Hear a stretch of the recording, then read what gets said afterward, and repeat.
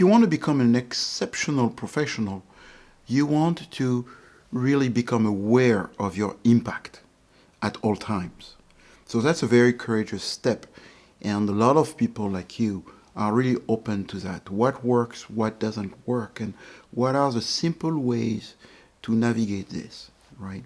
So in this video, I'm going to show you a way to get three things: to learn about your blind spots, things you didn't see, find out where your impact could be adjusted and you have an unwanted impact, and also really find out what is even more important, where your value is very much appreciated, where you add value. When you know you add value, you can focus on that and become better and better at it. All right. So you do want to avoid your blind spots, your unwanted impact, and boost where you do value. So you create value. So I'm going to show you three techniques to learn from others and be able to adjust and boost your effectiveness.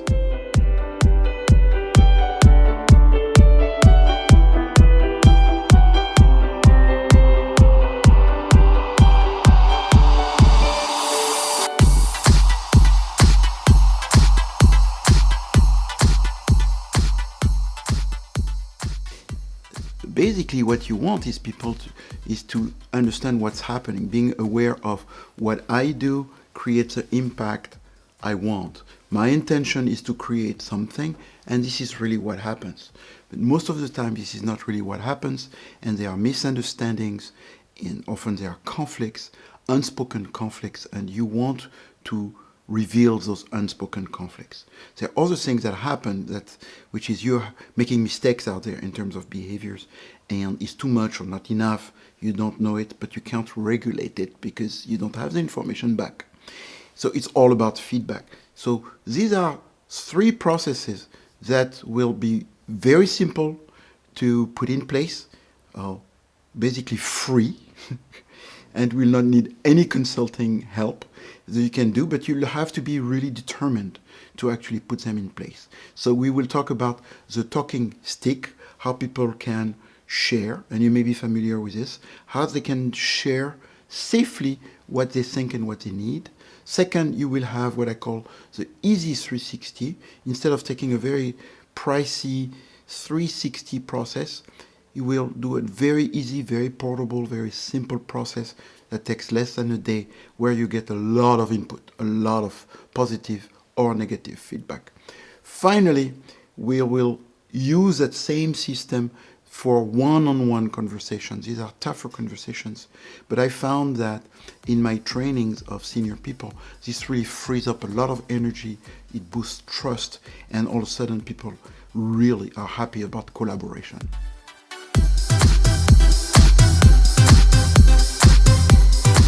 I promised that I would share all my secrets, things that I've done, learn and refine over 30 years all over the world in different cultures. This works anywhere on the planet, okay? And at whatever levels. It could be really the senior people or the junior people. It basically works. And it is safe and respectful.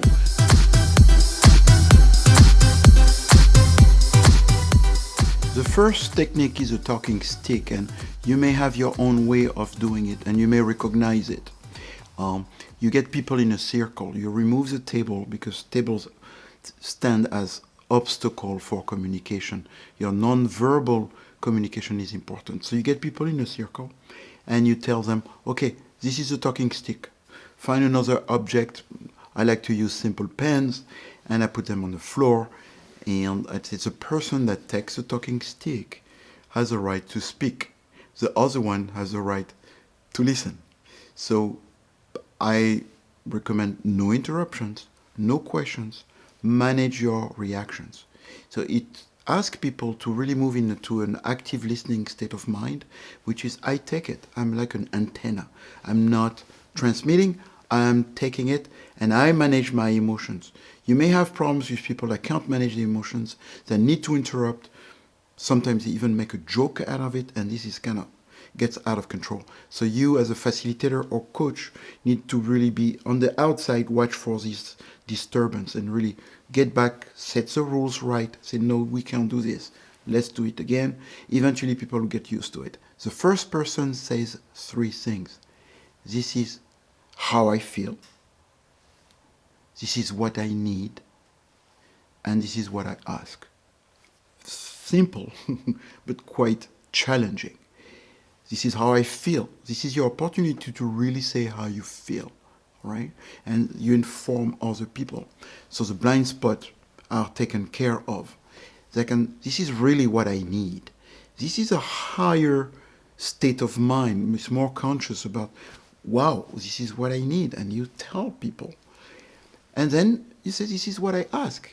It doesn't mean they have to provide it, but they know what your ask is. It really is a mature way of communicating. When you're done with that, you put the stick on the floor and somebody else picks it up. And hopefully you make a couple of rounds. If people enjoy it, you can do several rounds for 15 minutes, 20 minutes. I don't recommend a long time. The talking sticks has been really helpful when there are states of conflicts, of high misunderstanding, and I need to align people before we go into more involved work or analysis of business planning or those things there. For many years, I have been debriefing 360 processes. A 360 process is basically an online set of questions that you send to people online, and they spend time answering 15, 20, sometimes 30 questions about your behavior. And a report comes out of it, and you sit with a coach, and the coach tells you what to do with all of these things. It's a fairly complex process, which is really good, but it turns out it is expensive, and organizations shy away from doing this, unfortunately. Or when they do it really once in a blue moon. This process that I'm presenting makes it like you can do it every 6 months, every 3 months if you want, and it costs nothing, all right? So it really covers the core issues that you need to hear about. So I ask people to not even put their name on it. So here's what I want you to do is create a form, all right?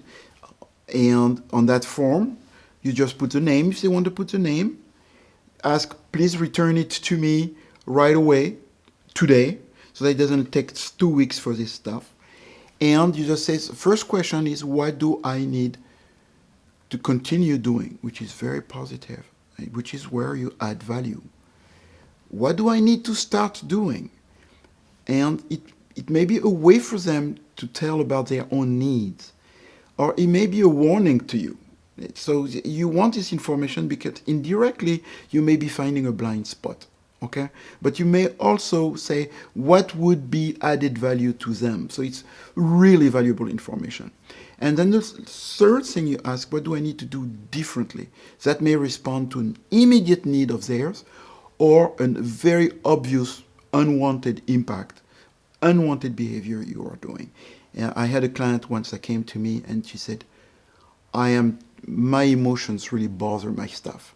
I talk about all the political wars I have to survive, and they're fed up with it. And she found it. I knew about it, I told her, but she needed this information to come back from her staff.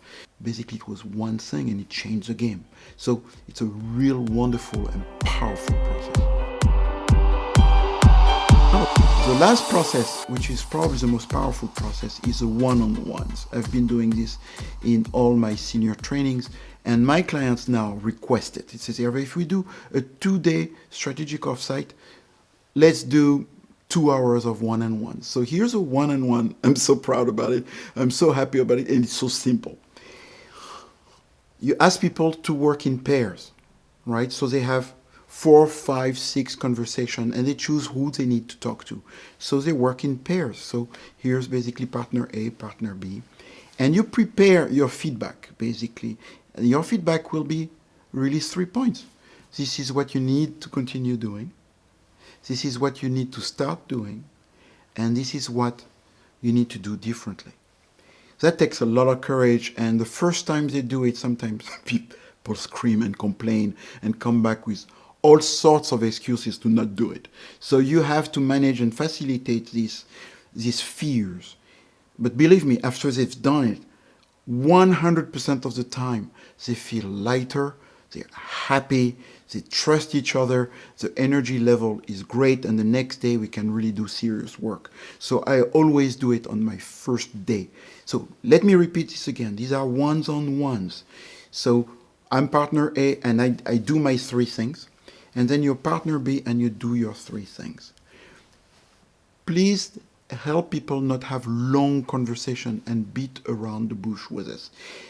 Over time, they become much more concise. First time, they really talk and talk and talk. But the first, eventually the pro goes in, this is what you need to continue doing. Yes. This is what you need to start doing. This. And this is what you might want to do differently. This. Are you okay with this? Okay. Thank you for your listening. You want to ask the person in front to not respond, to not justify, to not interpret, to not reframe, maybe take some notes. This is a one-way street. Otherwise, the conversation will go forever, nowhere, and by the time it's finished, you feel comfortable, but we've made no progress on blind spots, unwanted impact, or added value. Then the other person does that, and then really congratulate yourself for doing it. Once you do it, stand up, find another partner, and I have people go around like this and debrief after. So they come back and they say, how was that? Most of the time they say, I feel better. Now, if you do that, you are my hero, and this actually is one of the most powerful things I can propose. I'm really excited. These 3 techniques are really some of the major tools in my toolbox. They look simple, but the impact it's so powerful. I've done it all over the world with very senior people and junior people or engineers. It works wonderful. The talking sticks lets people express their needs, express their requests, and how they feel. That's a lot of information for the other people. So it tackles really the blind spots of people. And the Easy 360 is a way for you to adjust and boost your impact and to know what's really working and where you can really focus like a laser.